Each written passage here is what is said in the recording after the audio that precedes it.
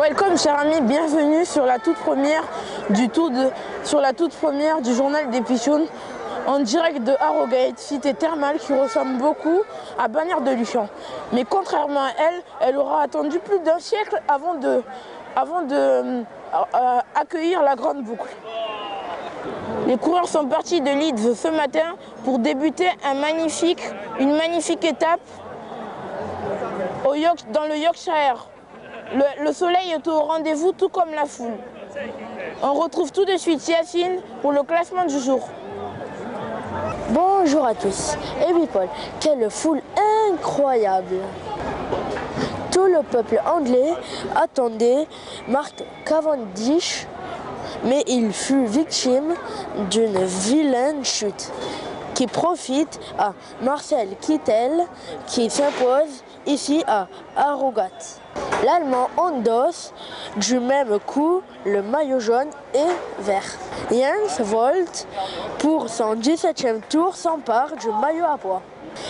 Peter Sagan, seconde l'étape, se place en tête du classement du meilleur jeune. Merci Yacine pour cette précision. On passe tout de suite au clin d'œil du jour.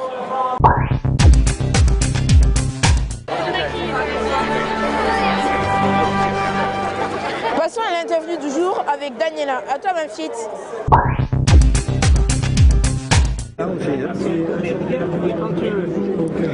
Oui Paul, je suis avec Bernard Thévenet. Bonjour Bernard Thévenet. Bonjour. Est-ce qu'on pouvait vous faire une interview? Bien sûr. L'Angleterre ne deviendra-t-elle pas la capitale mondiale du cyclisme?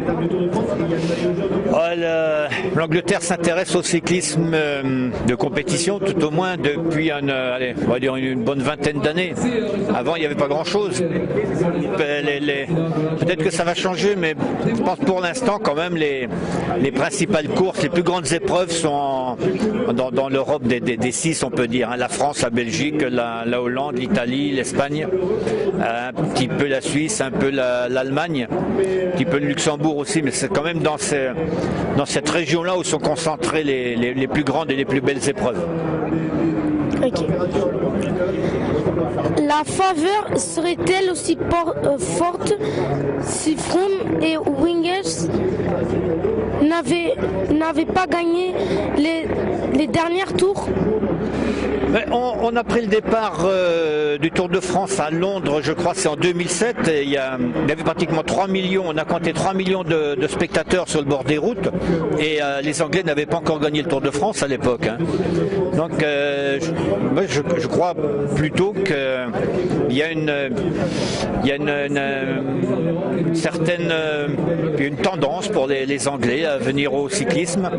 Et bon, bien sûr, le fait que Wiggins et Froome aient gagné les deux derniers Tours de France, pour la presse, pour les médias, ça permet de broder, de faire beaucoup plus de choses autour.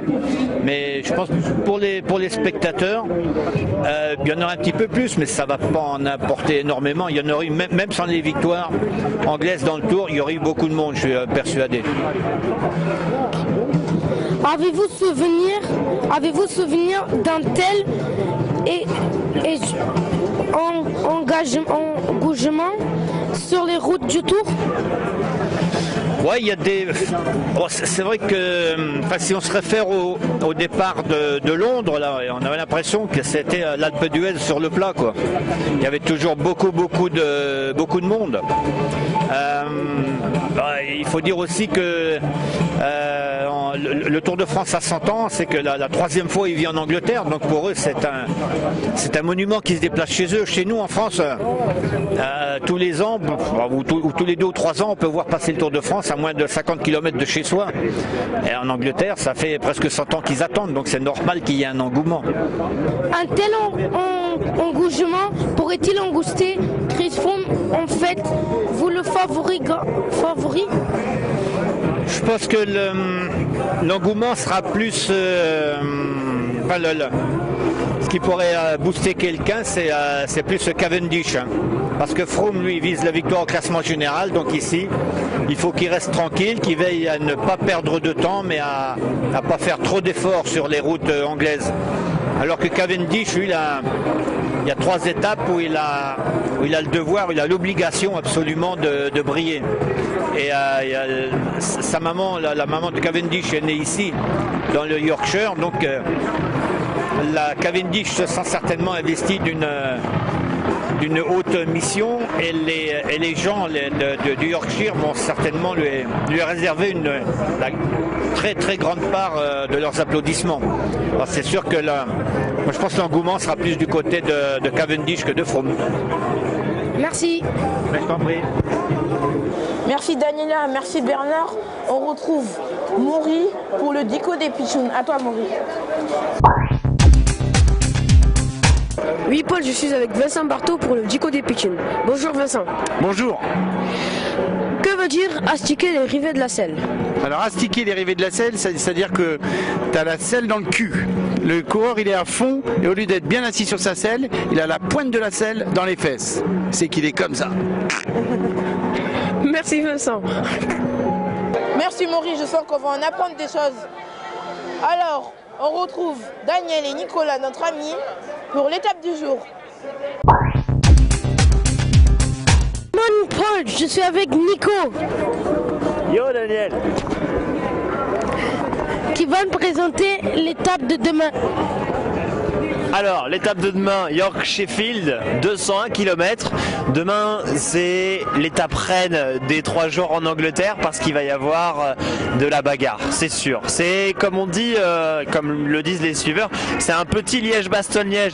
Liège-Bastogne-Liège, c'est une grande classique du calendrier international parce qu'il y a plein de monts, plein de difficultés et l'étape fait très très peur à beaucoup de coureurs. Alors, à mon avis, et c'est sûr à 95%, ça n'arrivera pas au sprint.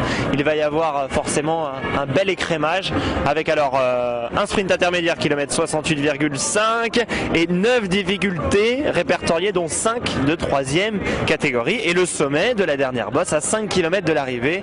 4 côtes dans les 40 derniers kilomètres. Daniel, il va y avoir du sport. Quel est ton favori? Ah, pour demain, c'est une bonne question parce que il y en a pas mal. Il y en a pas mal qui peuvent bien marcher demain. Simon Gerrans. Simon Gerrans, c'est un coureur qui a gagné d'ailleurs Liège-Bastogne-Liège. Il passe très bien les bosses. Il aura une belle carte à jouer demain. Le coureur australien Simon Gerrans pour moi. Merci. Merci Daniel. Merci de nous avoir suivis.